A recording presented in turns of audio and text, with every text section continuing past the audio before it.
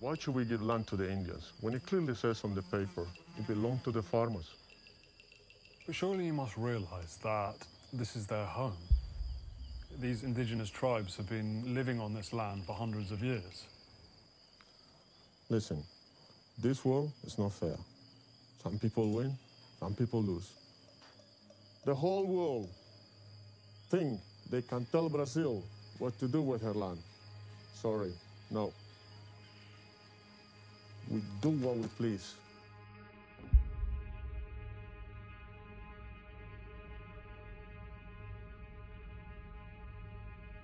Our Earth. She is ever in flow and motion. A dynamic symphony of forces, all working together, breathing life into the four corners of the world.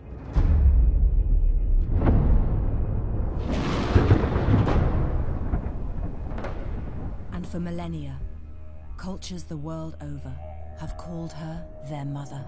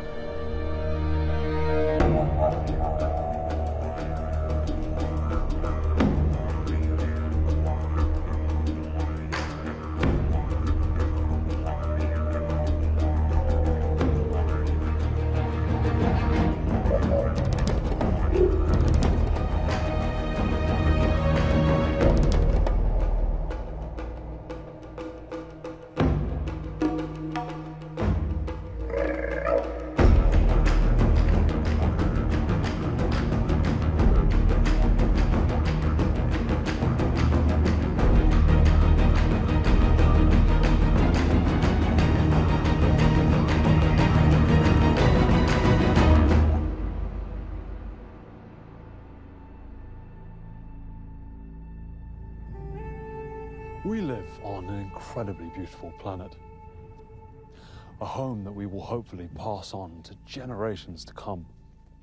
But as the years go by, it's becoming increasingly hard to imagine what kind of a world we're leaving behind us. We've spent the last 4 years traveling around the world, filming the stark reality that people now face from the threat of ecological collapse. It's now become very clear to us that there's one thing driving the destruction of our ecosystems faster than anything else. Let us show you how this very same thing might just also be our salvation.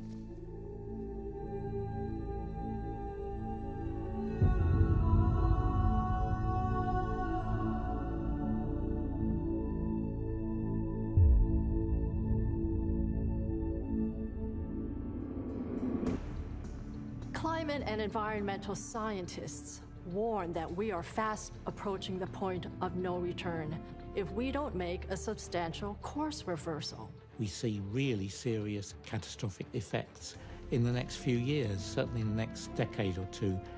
The world will be completely different from the way it is now. Since 1900, we have seen a dramatic increase in worldwide weather-related disasters. There have now been 4 times more weather-related disasters in the last 50 years than in the previous 100. We began to work together to move this issue onto the global center stage. There was a lot of discussion about the contribution from buildings and from industrial factories, but I became aware during that same period of time that there was another factor that was going undiscussed, and that is the role of animal agriculture, which I could see was playing some significant role around the planet. But this was the elephant in the room no one wanted to talk about. Whatever environmental issue you want to look at, from species loss to water pollution to water use to climate change, animal agriculture is one of the top causes. The critical, widespread negative impact of animal agriculture on our planet is undeniable. Severe global crises, from climate change and environmental damage to species extinction, hunger, poverty, disease, and antibiotic resistance, all of these have direct connections to animal agriculture and the massive inefficiency of our current food production systems. A report published by WikiLeaks as far back as 2009 exposed the conversations between Nestlé executives and US officials called the Tour de Horizon. The Nestlé executives said that their own research had shown that the world was set to run out of fresh water within the next 30 years. It stated that one of the greatest reasons for our detour down this catastrophic path is the global demand for meat products. If you look at the impact that food choice has on global warming, it's very significant. Eating meat is huge for global climate, and that's something where personal choice is the determining factor. So there's the only case I can think of where individual human choice would have a big effect would be food. We're now over the line. And the idea that we're going to double meat production between now and 2050, this is just unsustainable. This is going to have to give. Our diet is taking us to an abyss. A significant reason why livestock production has been having such a huge impact on greenhouse gas emissions is because of the large surfaces of forests that have been destroyed in order to make room for pastures and for the growth of soybean and maize for feedstock production. Our forests were once full of the most incredible life. In more recent years, we began to grow an insatiable appetite for meat and dairy, and as our demand for more meat grew, we needed more and more land. So we slashed and burned our way through the pristine forests, destroying everything in our paths to make way for the animals we desired to eat. As these animals weren't allowed to roam free as they naturally do in the wild, their grazing areas soon became empty. And so, of course, we needed to feed them. So again, we slashed and burned our way through more and more forests, sowed the ground with genetically enhanced corn and soya, and then doused it in pesticides, herbicides, and synthetic chemical fertilizer. Animal agriculture has literally changed the face of our planet. The greenland is used for human crops, a great area that spans the globe. And yet the land we use for animal agriculture, shown in red, now occupies vast amounts of our Earth's land, a far greater area than that used for human crops. Almost all the Earth's surface now bears the mark of some kind of human impact, and most of that is livestock production. Agriculture has transformed the planet like nothing else. To produce milk, we farm an area about the size of Brazil.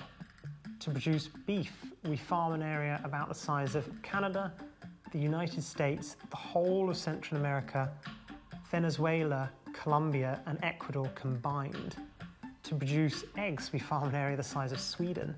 To produce aquaculture feed, an area about the size of the UK. A plant-based diet would reduce the amount of land required to produce our food by 3.1 billion hectares. That's an area the size of the entire African continent. The Amazon is the world's largest tropical rainforest. This ancient and richly biodiverse world is slowly being replaced. It is often assumed that much of the soy being planted in Brazil is for human consumption. In fact, less than 6% of the soy grown across the globe is fed to humans. The vast majority is grown to create animal feed for livestock. The soy is exported all around the world and fed to the billions of chickens, farmed fish, pigs and cows that we eat each day. The forests are not only home to millions of species of wildlife and plants, but are also great regulators of our planet's atmosphere. Day by day, they slowly breathe in the carbon dioxide, whilst producing billions of tons of fresh oxygen for our air. Each year, an estimated 18 million acres of forest are lost, which is roughly the size of the country of Panama. It is thought that about half of the Earth's mature tropical forests have now been destroyed. And some scientists have predicted that unless significant measures are taken, On a worldwide basis, by 2030, only 10% of the forests will remain.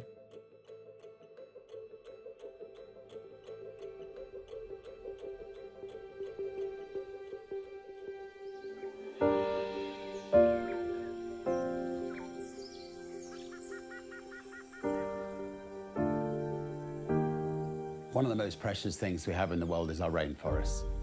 The rainforests are literally being chewed away by farmers who know they can make money by cutting another acre and then another acre and then another acre for meat.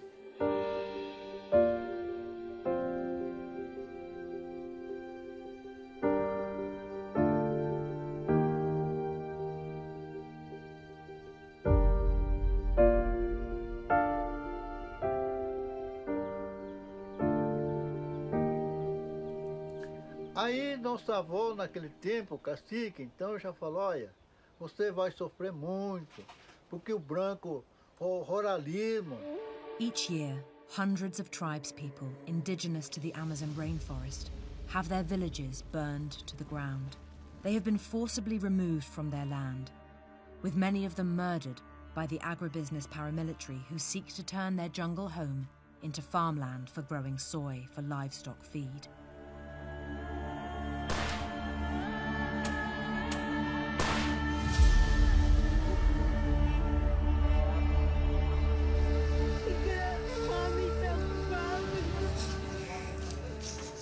One of the worst affected tribes is the Guarani Kiowa in Mato Grosso do Sul.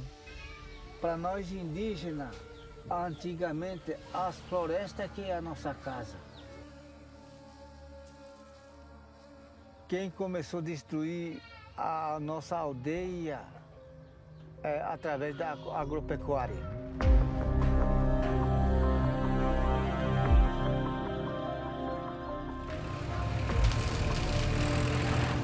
Então derrubaram as nossas matas, destruindo os animais, os rios. Eu estou falando, agora vai plantar soja, aí depois vai passar veneno, né? Tudo coisa. Vai passar um adubo também, vai cair tudo no rio. E nós revoltando nos terroir para sustentar a nossa família.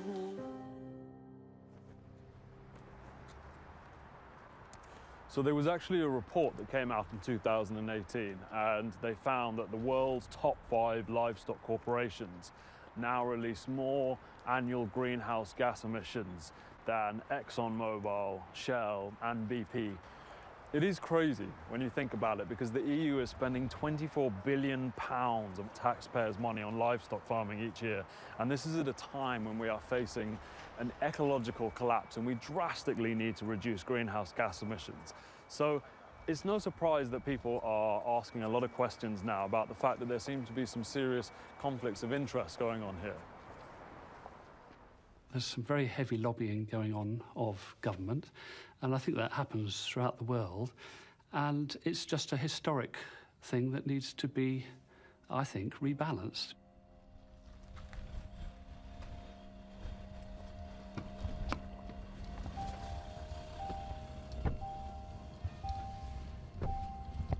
As I've mentioned to you over the phone, I've worked with a number of large livestock companies around the world. So the way it works is that a representative from pays us usually up to €500,000.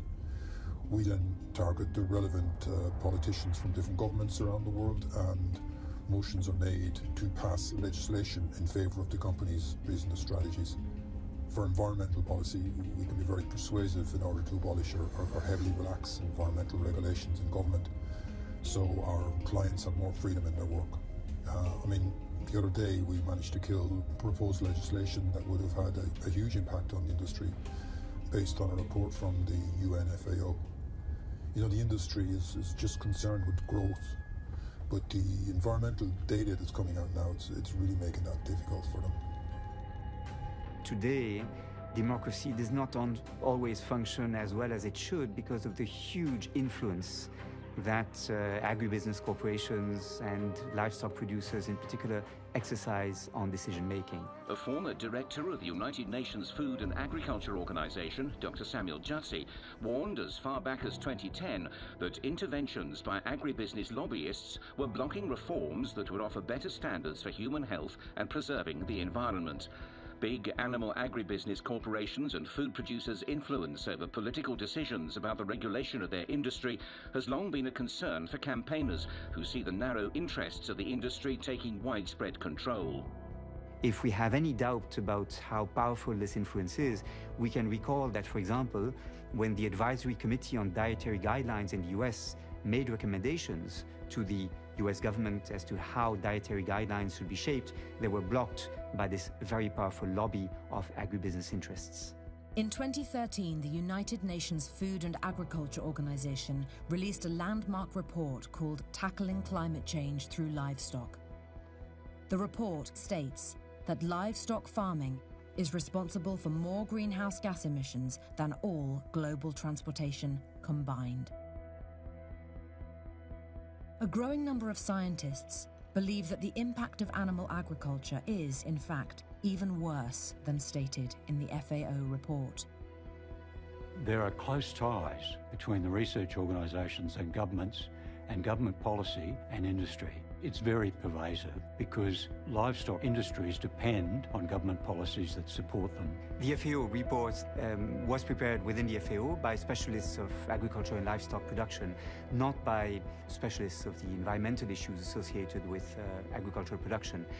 I believe that a more serious concern, of course, is that the International Meat Association was involved in preparing the report, which does raise the question of the independence with which the study was prepared. Government policy in that regard is not for the benefit of the land, it's for the benefit of the industry.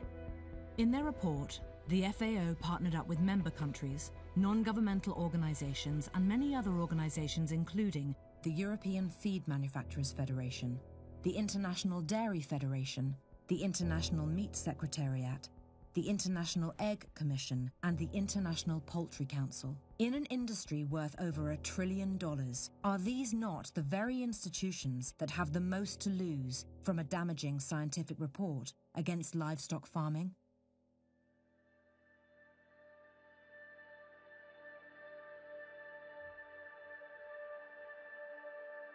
There are few people that know more about the ocean than Dr. Sylvia Earle.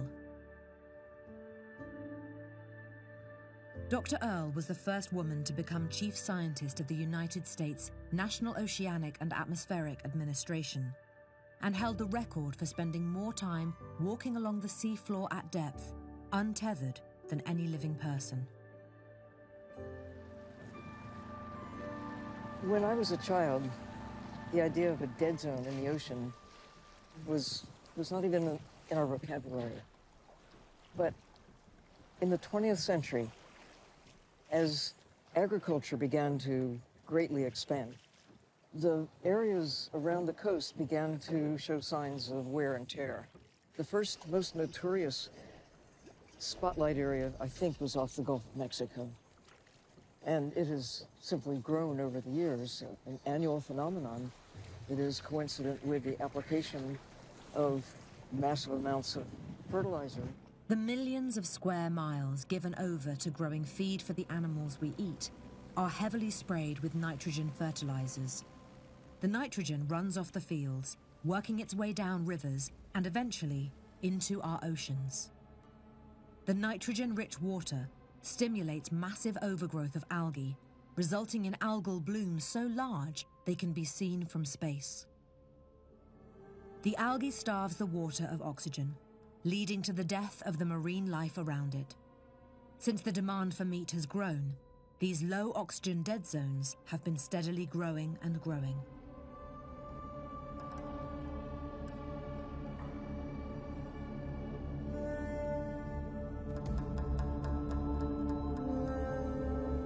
There are hundreds of dead zones that have developed all around the coastlines of the world. And okay, people say, that's too bad for the fish. So sorry, fish. But We need to understand that what we do to the ocean, we're doing to ourselves.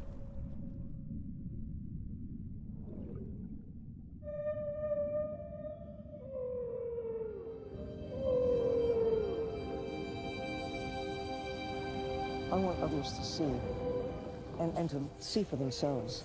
This is all we've got, this little blue miracle.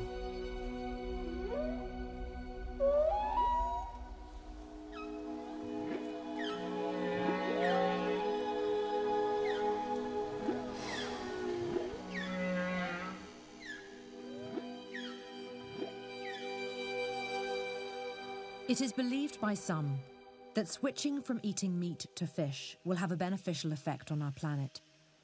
This simply could not be further from the truth. If the ocean dies, then we humans would probably die with it, as every other breath of air we take has been created by our ocean. As reported in the leading science journal, Nature, we have lost nearly 90% of all large fish in the ocean since the 50s.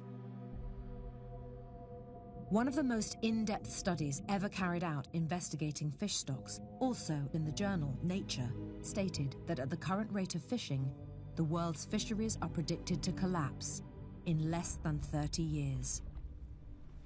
According to IPBES, the intergovernmental body which assesses the state of our biodiversity, the leading cause of marine life extinction is fishing. Our taste for fish is literally draining our oceans of life.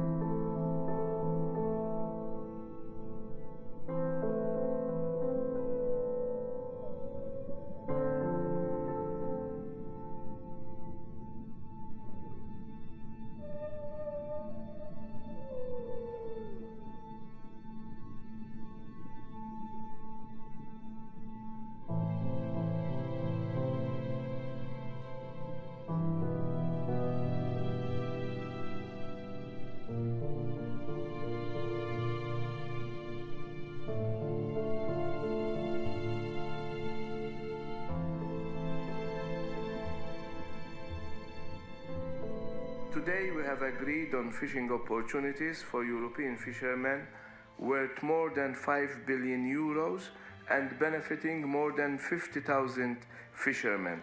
The catches agreed today will continue to make the European fishing industry highly profitable also in 2019.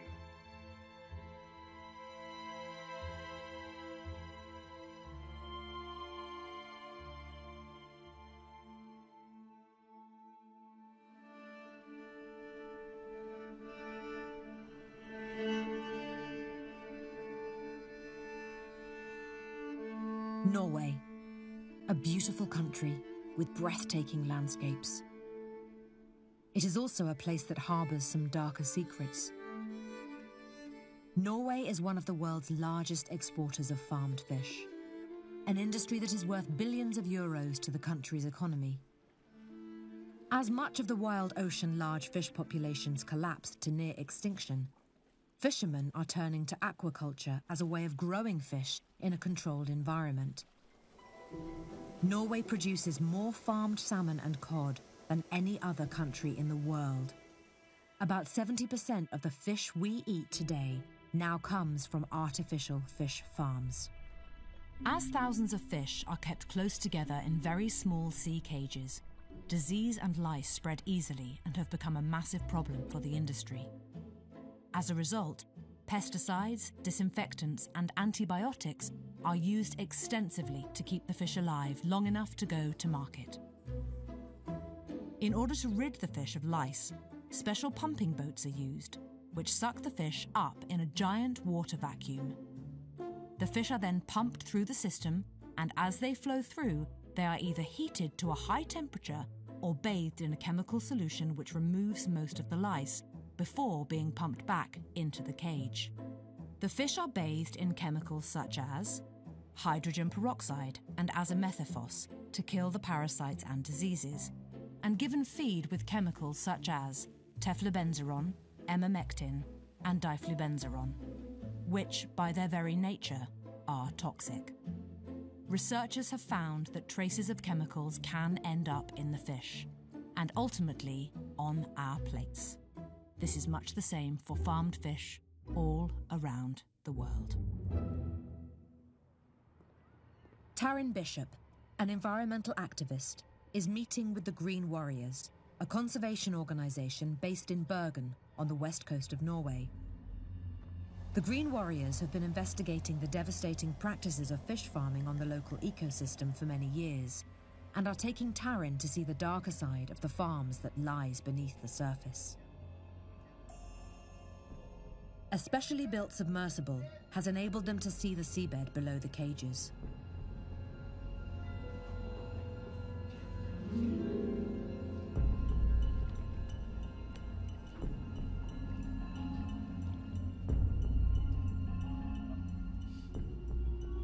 All along the ocean floor lies a thick layer of sludge made up of fish waste, bacteria, and uneaten feed. The sludge is full of the pesticides added to the feed, and new research has shown that the massive amounts of pesticide being added around the world to the marine ecosystem in fish farms is having a devastating effect on the natural ocean biodiversity.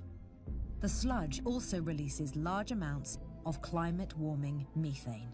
Researchers at Oxford University have found that some types of aquaculture are now releasing more methane than beef production. Liv Holmfjord is the head of the Norwegian Directorate of Fisheries. Whilst in Norway, we were given information that not only is she in charge of regulating the country's fish farm industry, but also owns shares in one of Norway's largest fish farm companies. Many conservation groups feel this is a great conflict of interests. Holmfjord has agreed to meet Taryn to answer questions about the state of Norway's fish farms. Well, fish farming is quite a new industry in Norway. It started back in the 1960s with some local entrepreneurs starting with hobby, and it's grown until it's a €1 billion industry today. And seafood is the second largest export industry in Norway, and fish farming accounts for 2/3 of the export value of seafood. So recently, we found out that you also have shares in one of the largest fish farm companies in Norway. Do you not feel that that's a conflict of interest? Of course, there could be a conflict of interest, but this is a fact that's been known since before I got this position, and I've been open about it. I'm not involved in the business from day to day or at any. So it's, and if there's, we have, and I have. Sorry, I have to. Do you have to start over again? Hva heter det for noe da? So all the decisions that I made will either be for the whole industry, not especially for this fish farm, or it's only an advice to the politicians, and the politicians are setting the limits and the actual regulations. So if there's an actual case handling regarding this company, then I will step aside.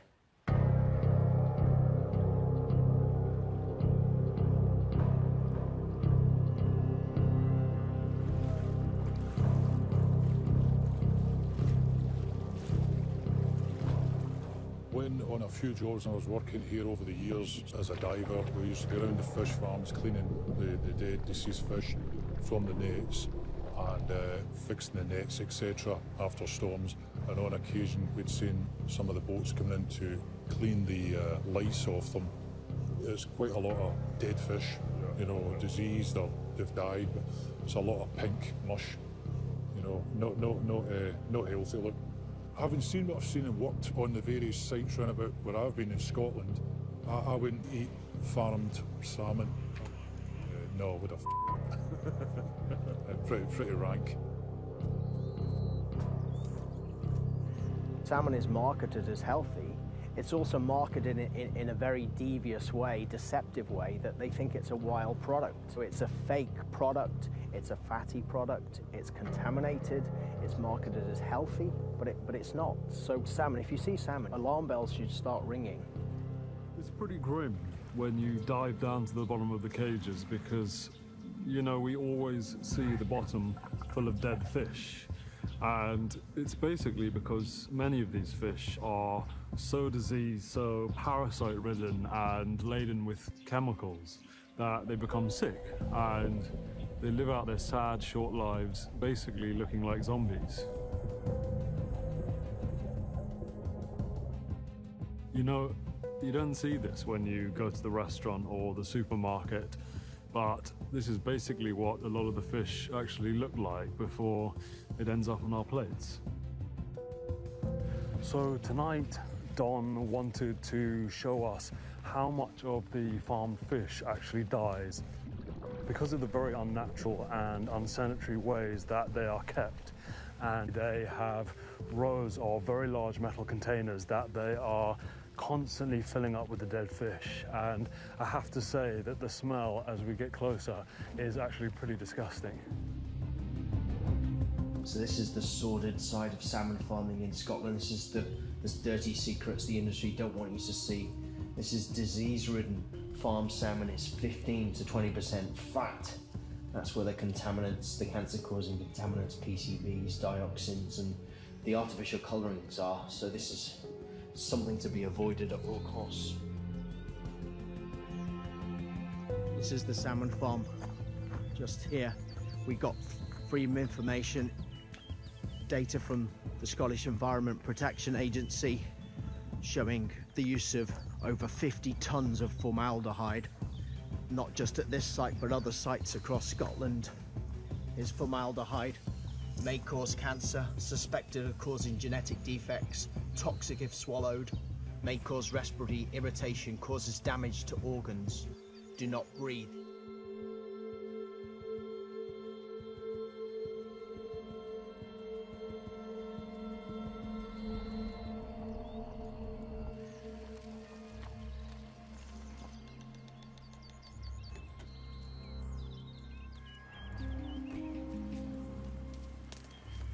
One of the fish farm workers told us that the workers come down to the farm early in the morning, spraying the chemicals into the fish cages.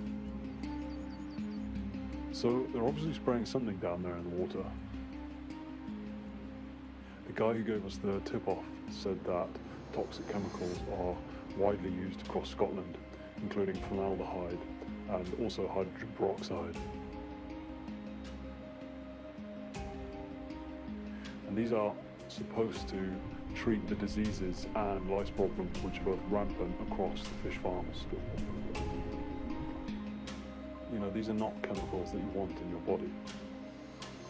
Whatever he's spraying must be pretty powerful if he needs to wear a full protective chemical suit and a face mask.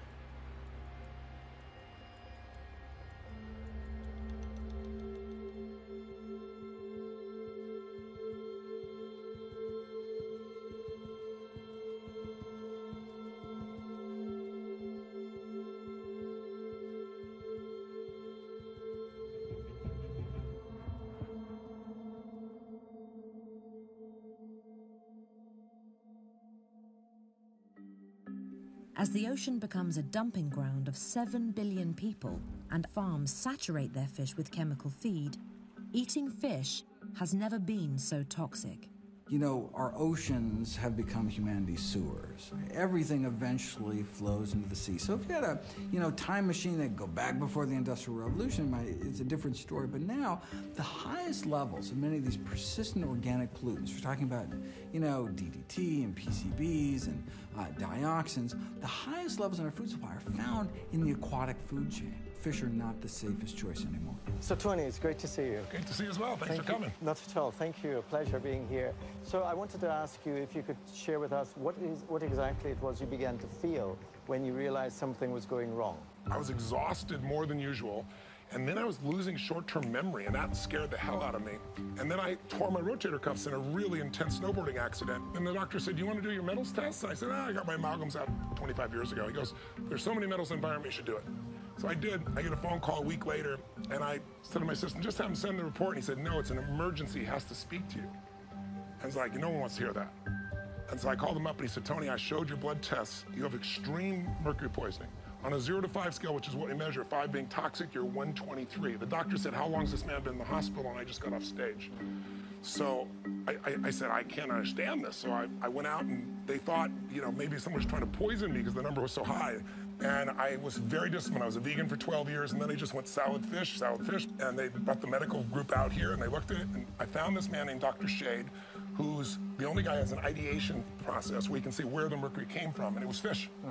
It's been 3 years, and I had some severe moments. It burned a hole in my esophagus, and I literally collapsed. I lost a third of my blood supply. I could have died. I lost half my hemoglobin. People begin to lose their hair, their memory. They lose their memories, as you were doing, as you noticed. But they can also have headaches. They can complain of fatigue. They can also have depression. What we're seeing now is with the toxic environmental exposure, and especially with the mercury, methyl mercury in fish, is that everyone has got to be careful because the levels are going up. Udo, tell me, because your specialty is in this, how do you get the fish oils that we all need for the brain and for the body if we can't have fish? What do you suggest? Well, we used to get them from fish oils. Yes. But we can actually get them from vegetables. Flax is the richest source of omega-3 that everybody thinks should come from fish oil. If you get enough of that as starting material, your body will make what the fish oils make, and it'll be clean. Many people take fish oils or have fish for the long-chain omega-3 fatty acids. And you have to ask yourself the question, well, where do the fish get them from? And it turns out they get them from the algae in the ocean. They get them from plant food. So if you want the purest form of the long-chain, ready-made omega-3 fatty acids, the best way of doing that is simply to take an algae supplement, because then you've got the purest form of it and you don't have the extra risks of having the toxins and the heavy metals and the saturated fat and the cholesterol that you would get from eating a fish. A peer-reviewed study from researchers at Scripps Institution of Oceanography at UC San Diego undertook one of the largest studies of fish pollutants in the world. The scientists found toxic contaminants in fish right across the planet's oceans. Nobody would go to the nearest body of water and put in like a cup and drink the water. You're basically getting the concentrated toxins if we're eating fish. Our oceans have also become filled with plastic. As the oceans are so large, it is a challenge for any scientist to accurately understand where most of this plastic is coming from. The Great Pacific Garbage Patch, covering an area of about 1.6 million square kilometers, may provide a unique opportunity to better understand the growing problem of microplastics in the sea. A team of scientists from the organization Ocean Cleanup have been studying the patch for some time and were surprised when they discovered that the vast majority of plastic in the patch is not from old drinking straws or used plastic water bottles, but from thousands of tons of discarded fishing gear broken down by the sea into trillions of pieces of microplastic. A study recently published in the journal Nature found that about 80% of the plastic in the Pacific is made up of discarded fishing gear. Many scientists agree that one of the greatest things we as individuals can do to solve this problem of a plastic ocean is to move away from eating fish and switch to a plant-based diet. At least half of the plastic in the sea today comes from discarded or lost fishing gear. Because all those nets, all those lines, all that stuff, it's just become a plasticized ocean. But we have a chance. We have a chance right now to change our eating habits.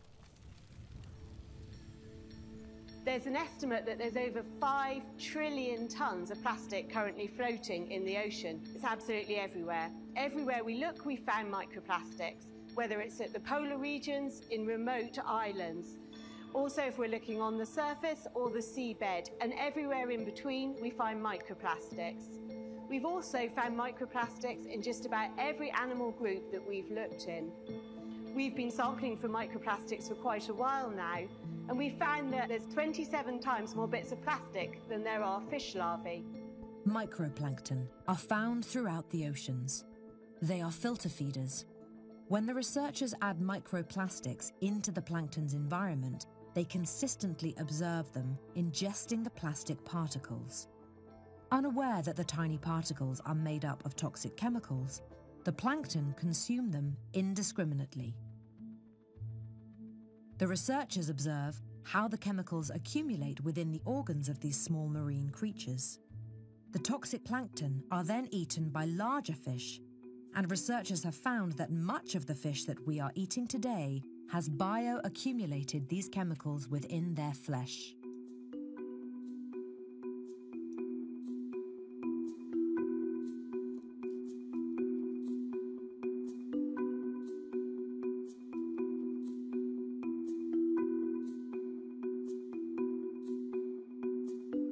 A study by the University of Plymouth found that over a third of all the fish tested contained microplastics.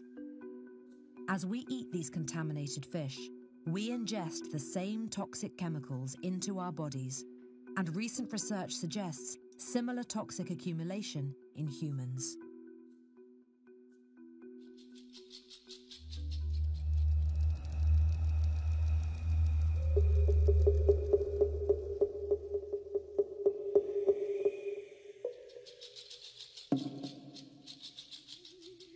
Our scientists tell us we're now in the 6th extinction event of life on this Earth. It doesn't even make the headlines. No one even knows about it. Saya kesemua walaupun ni mati kana, hati mereka ni mati kana. Nani ke, yaro siapa ni te? Sia hanya temene kati sebenarnya.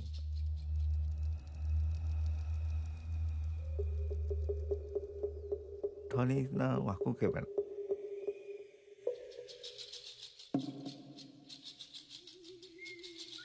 Thera ate nekuni. Saya tidak di saya metani. Saya nu ada yang ni te. Saya potolnya nu. Thera ati mereka. Ayo romera. Thera na bekas na henikan haka. Ate di tali haba.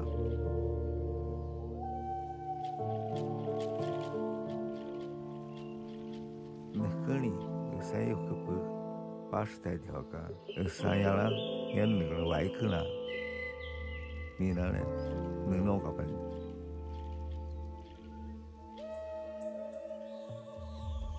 Tahu apa ni ti? Thera ati mereka. Nyaro balik apa? Naik ke pepeni kere. Thera ni kalau ni, nyasa dia ni.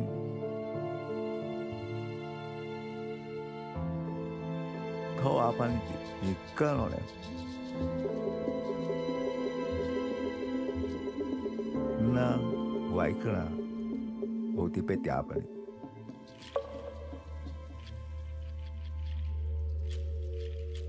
We've had 5 mass extinction events on this planet in 450 million years. Let me be clear on this. The last time we had an extinction event of this magnitude was 65 million years ago. It's incredibly sad to realize just how many species, both in the oceans and on land, that we're losing at the moment.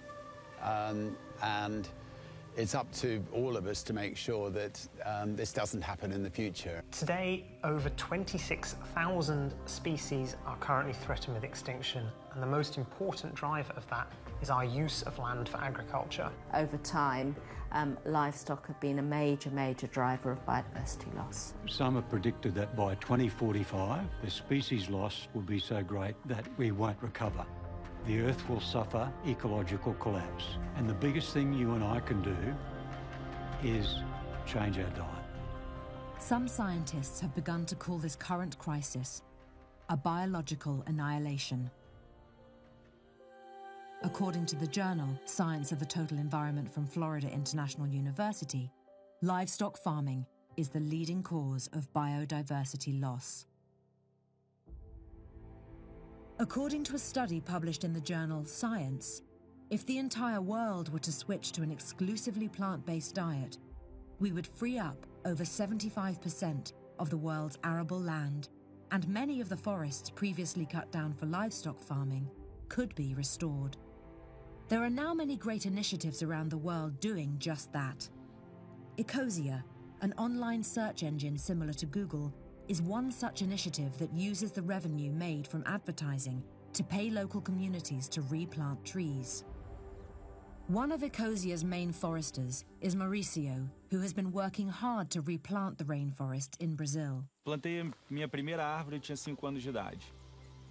Eu nem imaginava que 20 anos depois, esse esforço tão pequeno teria virado uma das iniciativas que mais plantou árvores na história do Brasil. Foram mais de 2,5 milhões de árvores, 2.000 hectares plantados, muitas áreas preservadas pela ação de combate a incêndios florestais.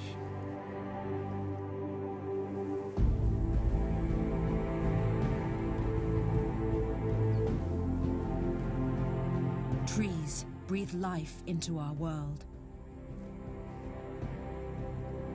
When we plant a tree, we sow the very seeds of our future on this planet.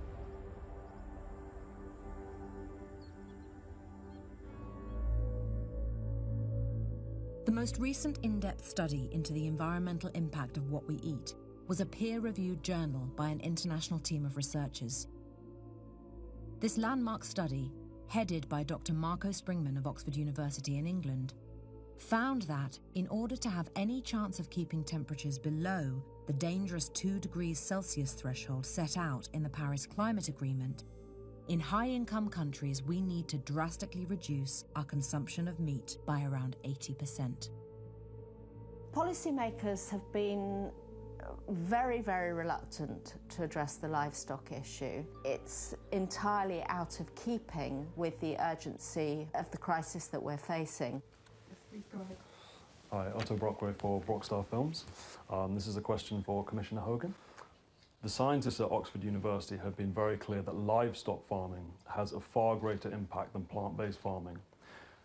With this in mind, would it not be common sense to reduce the billions in subsidy payments to livestock farming in Europe and offer them to plant-based farming instead as an incentive to a much more sustainable food system? We have made our proposals based on protecting the farmers because they are, unlike you and I, they're out in all sorts of weathers and in all sorts of market risks. And you and I may not know anything about that because this is their lives. They're producing high quality food for us all so that we can have this particular good quality products available to us at all times. Sometimes under local conditions like organic, more times it's conventional farming. So we provide financial support at the moment for that. And it's a public good that's not always recognised. But the movement of our policy is in the direction of our farmers being centrally involved in providing more public goods. And if you want to do anything in life, you have to pay people. Sometimes I understand that there's a moral obligation and there's people of principle. But most of the time, 99% of the time, they have to get paid. So as professionals that we're expecting to provide good quality food and do more on public goods, we pay our farmers. This is a decision that we make at political level. Livestock emit methane and nitrous oxide.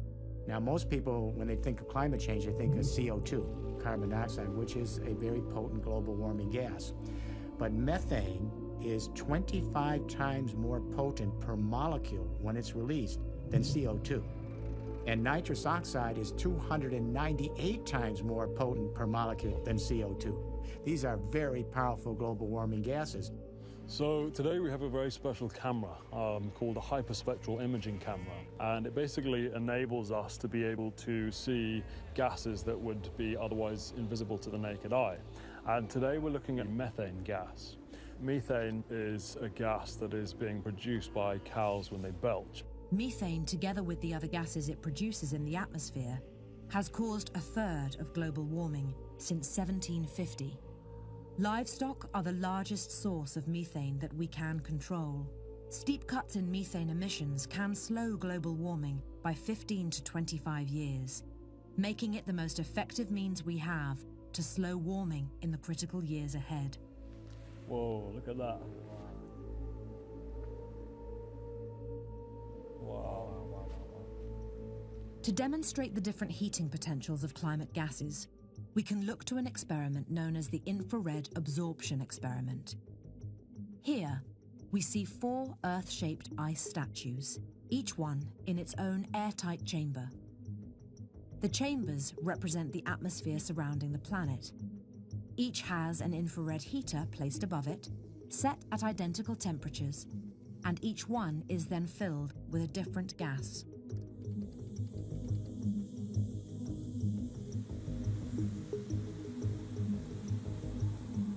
The first chamber is filled with normal air that we breathe from day to day. The second chamber is filled with carbon dioxide, a well-known climate-warming gas.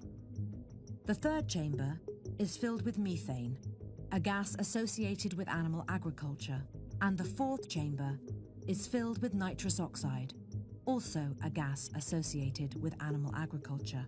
Over time, we begin to see the ice statue in the carbon dioxide chamber slightly melting compared with the normal air.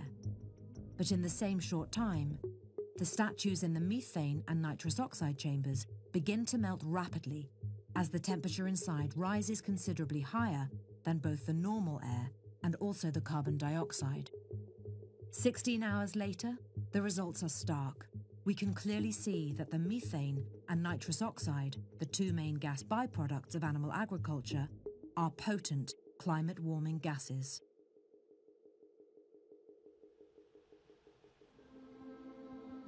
Of the estimated 70 billion land animals reared for human consumption each year around the world, nearly 90% are chickens. An emerging problem is that chicken consumption is now on the rise. Whilst chicken has a lower environmental impact than red meat, over 90% of chicken globally is now intensively farmed, and this is having devastating effects on our planet. If we compare the equivalent protein calories for meat and plant-based proteins, such as chickpeas, chicken does less harm to the environment than commonly consumed red meats, and yet still causes 40 times more climate-related warming per calorie of protein than chickpeas, and uses 50 times the amount of water. We know that if we would shift from ruminant meats to other meats, then we probably would reduce our footprint just from that particular product by about a factor of 10, which is quite a bit. But if you compare that with how much you would reduce your footprint if you went to plant-based products, that is about a factor of 100. And that's the reason why shifting towards more plant-based diets has such a big impact, because we're really talking about different scales here. Organic meat has been claimed to have less environmental and climate impact. However, a study carried out by researchers at Oxford University found that, in fact, organic or conventionally produced meat has little significant difference in greenhouse emissions. So in our data, we didn't find big differences between organic and conventional across multiple indicators. What we did find is that no matter how you produce animal products, even the lowest impact forms of production still create higher emissions and use more land than typical vegetable proteins. So that's saying something really important. That's saying that even if you go into the shops and try and purchase sustainable meat or dairy, it's always going to be better to purchase vegetable proteins instead. Each year, the US government gives around $20 million to subsidize fruit and vegetable farming. But meat and dairy farming get a massive $38 billion from the government. It is now estimated that the annual cost to the US taxpayer of diseases related to meat and dairy consumption are now around $314 billion.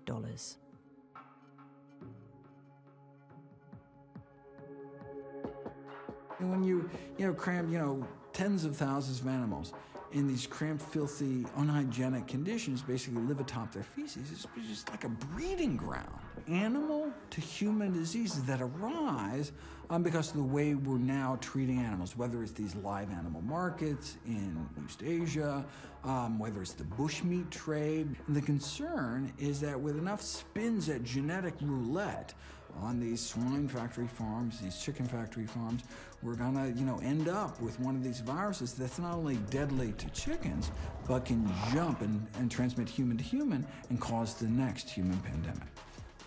The risk of large-scale factory farmings increases the risk that or the likelihood that we might have a pandemic, particularly of influenza in the future. This pandemic has been very severe, but this is not necessarily the big one.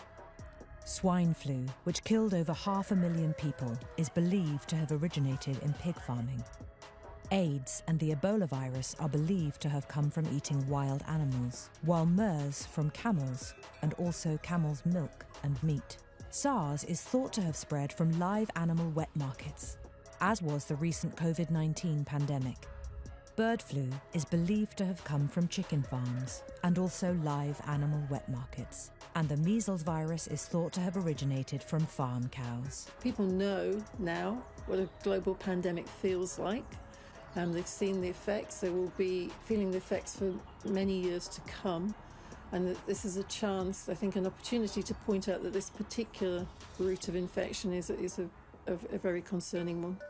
The World Health Organization has announced that the post-antibiotic era is near. A time where a simple scrape on the arm could become fatal. Our miracle life-saving antibiotics are being rendered useless due to overuse. Not because of overuse by humans, but because we give them each day to billions of farm animals.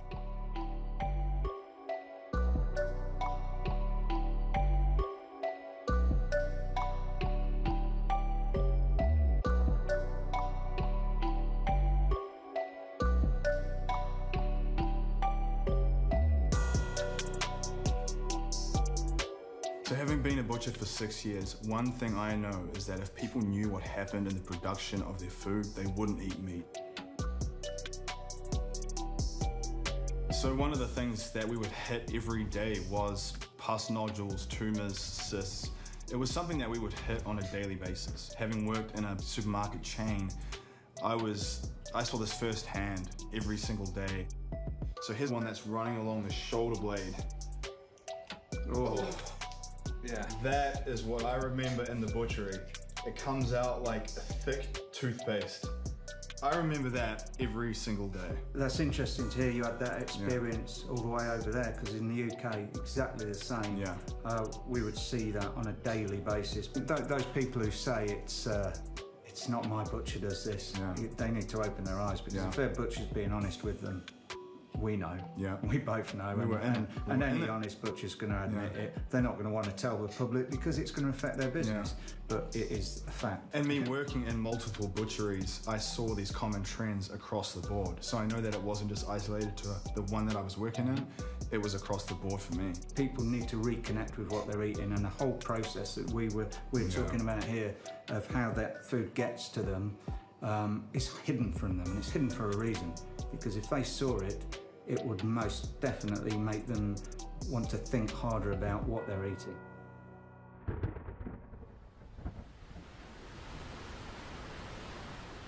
As our oceans and atmosphere begin to warm, the water cycles of the planet are beginning to change.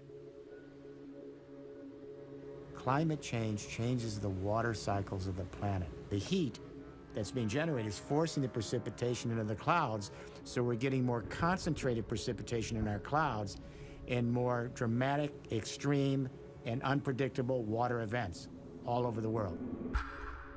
In the northern region of the remote Pacific island of Taiwan, the Atayal people live high in the mountains. Taiwan is no stranger to extreme weather, but in recent years, the strength and frequency of the typhoons have increased. This has had a devastating effect on the Atayal people and their way of life.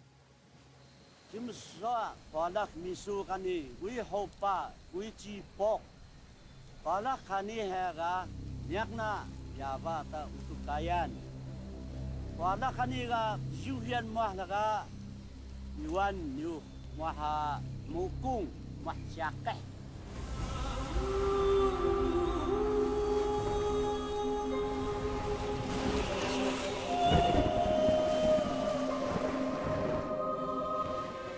Joro laki kucipo na to kira.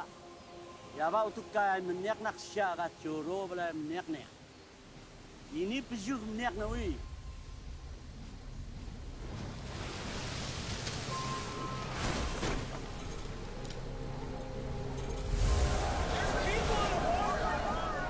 Abaw naga siga dokah tananak mengedung naga ta nyan yakah na orasyo yakah lungan dalaga nyan masyakah.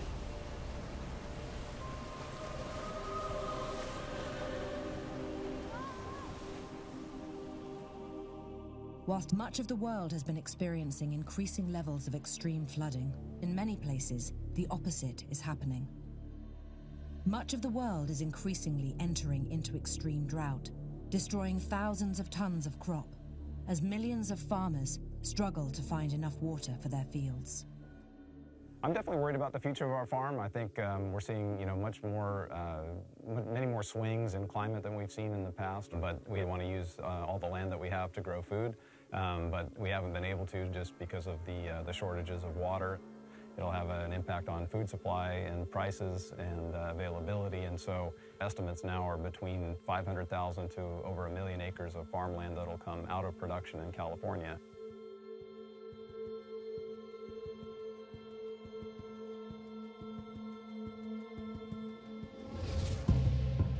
Almeria, in the south of Spain, is home to 31,000 hectares of indoor vegetable farms.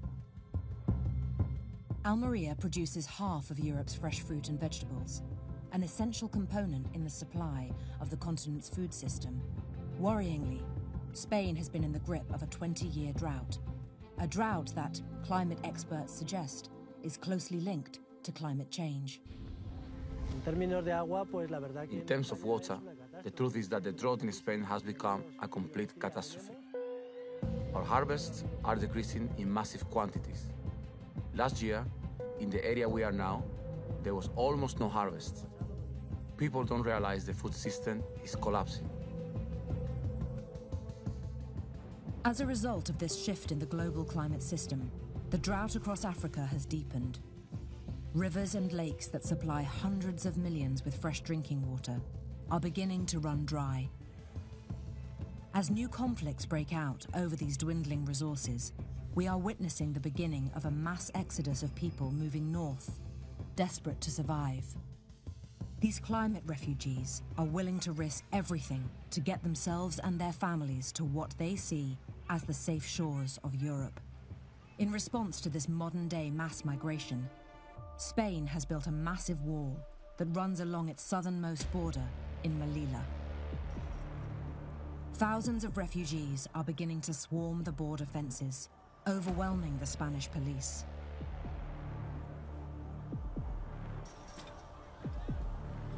Amid predictions that this migratory pattern is set to increase, it seems increasingly clear that our world is poorly prepared to cope.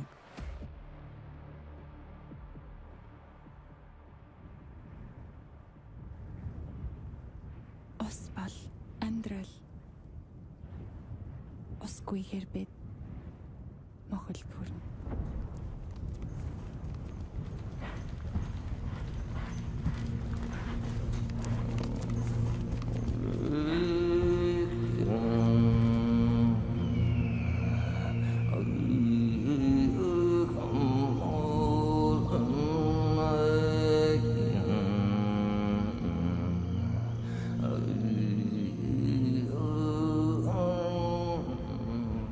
As the Gobi Desert in Mongolia begins to spread deeper and deeper into the country like a beast consuming all life in its path, many of the lakes that support both the people and the wildlife have now dried up. If the lakes continue to disappear, then the people will be forced away from their home and into distant and strange lands.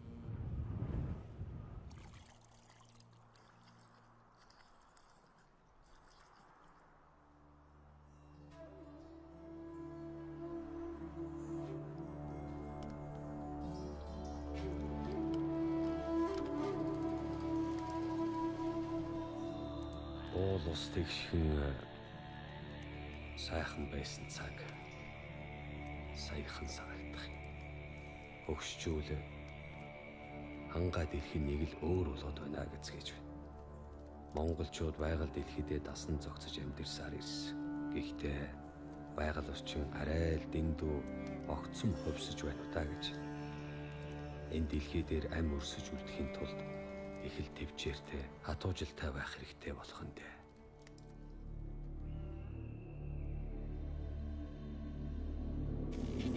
A lot of people talk about how much fresh water we use for hydrofracking. 700 billion gallons globally is wasted on fracking. So 700 billion gallons. Sounds like a lot, but animal agriculture, the production of animals that we use for meat around the globe, uses 70 trillion gallons of fresh water a year. Hundreds of thousands of times as much as fracking.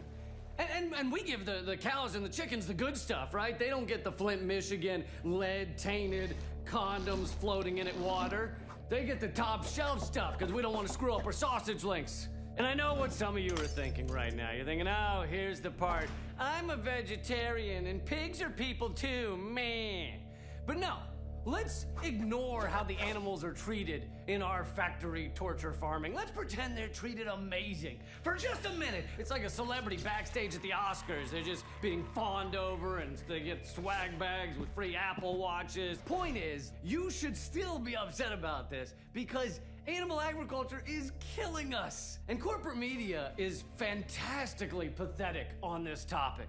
They never mention meat production. They never mention that a quarter pounder takes 660 gallons of fresh water to create. That's the equivalent of showering for 2 months. So one usually underestimated impact of livestock production is the huge amounts of fresh water required for that production to be maintained and to be increased. The problem is that in many places, water is being used much faster than the natural renewal rates. Overall, in the world, 1.8 billion people are living in areas with severe water scarcity. The livestock sector is the single biggest water user in the world. 1/3 of the water use in the world is being used for producing animal products, meat and dairy. And it's not because those animals drink so much, it's really because there's a lot of water required to make the feed for the animals. If we want enough fresh water for future generations, water alone dictates that we must change our diet away from meat and dairy. All over the world, we can see evidence of a global shift towards animal-free foods that is enough to give us some hope.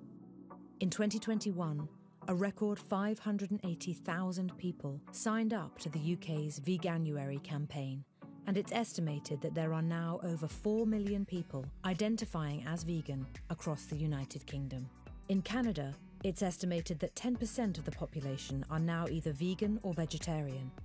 And in the US, over 50% of chefs have added vegan items to their menus, with a 600% increase in the vegan lifestyle in the last 3 years.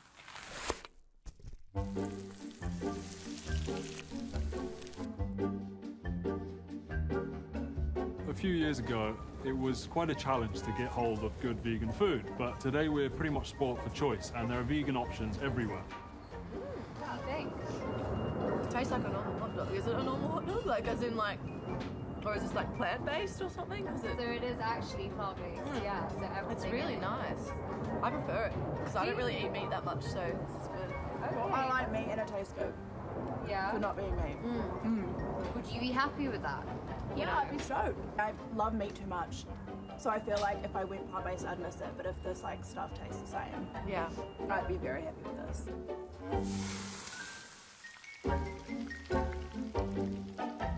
Nice messy fingers. It is, yeah. Sounds good burger. Thank you. Would it interest you to know that that's completely plant-based? And I wouldn't know. So that I would definitely, wow, that's a winner. Yeah, I'm amazed. If burgers always tasted like that, would you be happy to just not eat a beef burger Yeah, again? no, I got good veg, yeah. Yeah? I'd like you to tell me which one of these nuggets is plant-based and which one is real meat.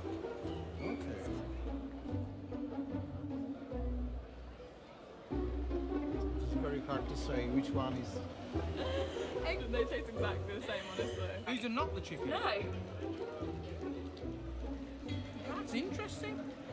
Which one of this is animal meat, and which one of this is plant-based? Meat or not meat? You're not sure. You're not sure. You're not, yeah, I'm not sure. Meat. You? Yes. Are wrong. Okay. Okay. But you think the second one was chicken? Yeah. The second one was actually plant-based. No way. Yeah, and the first one was chicken. Yeah. Okay, I didn't. No, I couldn't have guessed that. I definitely thought the first one.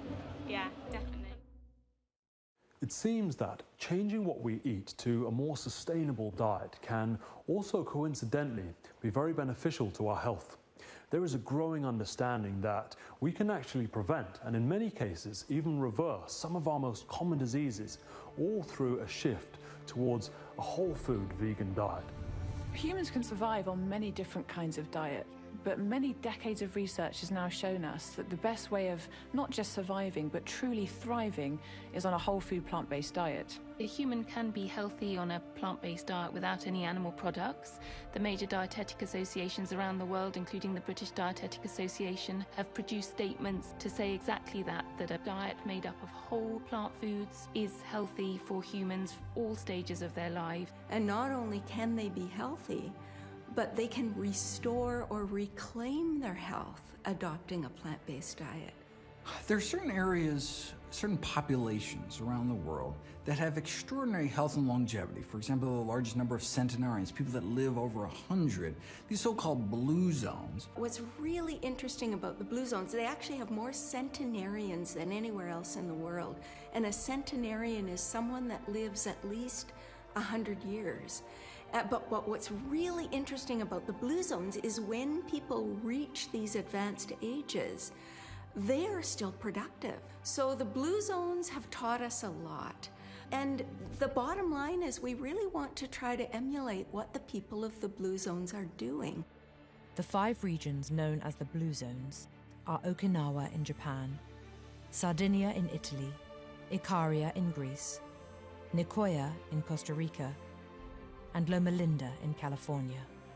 So the question is, well, what do they all have in common? They have a predominantly plant-based diet. They have a diet rich in fruits and vegetables, whole grains, beans, soy, lentils, chickpeas. They have a diet rich in all these nutrients, and that's one thing that they have in common. So the EPIC study is the European Prospective Investigation into Cancer and Nutrition. It followed over 500,000 individuals from 10 European countries for more than 15 years. Those in the EPIC study that were eating predominantly plant-based or eating high levels of fruits and vegetables lived longer, had lower incidence of cancer and heart disease. About 2,500 of the individuals in the EPIC Oxford only ate plant food, so they were vegan. And even though they weren't the most healthy vegans or healthy plant eaters, you could show that these plant eaters were healthier. They had a lower incidence of heart disease, diabetes, and cancer. From everything we have discovered on this journey, it seems that moving away from animal foods to plant-based foods instead can not only give us a whole host of amazing health benefits, but also gives us a chance to be able to leave a sustainable planet for future generations to come. Perhaps the single most meaningful change that we can make as individuals is ultimately deciding what ends up each day on our plates. We are running out of time. The world community must acknowledge that animal agriculture is the most destructive industry on our planet. We can't wait for government policies and other organizations to create a better life for ourselves. We need to stand up now and make our voices heard. Globally, for the typical consumer, avoiding meat and dairy is probably the single biggest way to reduce your impact on Earth. Without addressing what we eat, we simply won't make it. This is a #1 priority. This is a next step in taking responsibility for our communities, our planet, our biosphere, our fellow species. People say, what can I do as an individual? It feels overwhelming. Well, you can make individual choices. We all can. Our individual choices affect the collective choices. When you hear about airplanes and cars, and we're still going to use those things. But the choices we make in our diet, this agricultural business where we use animals as the primary source of protein, the one thing I think we can all do is, and individuals, is make our own individual choices, how we're going to live, how we're going to eat. Plant-based diet makes all the difference in the world. Just make some choices that are good for you, and being good for you will be good for the planet. This planet is our home. And it is up to us what happens now. History has shown that when we stand together, united in a common cause, we can achieve great things. Before us lies an opportunity to build a world in which we can thrive. But the clock is ticking, and time is running out.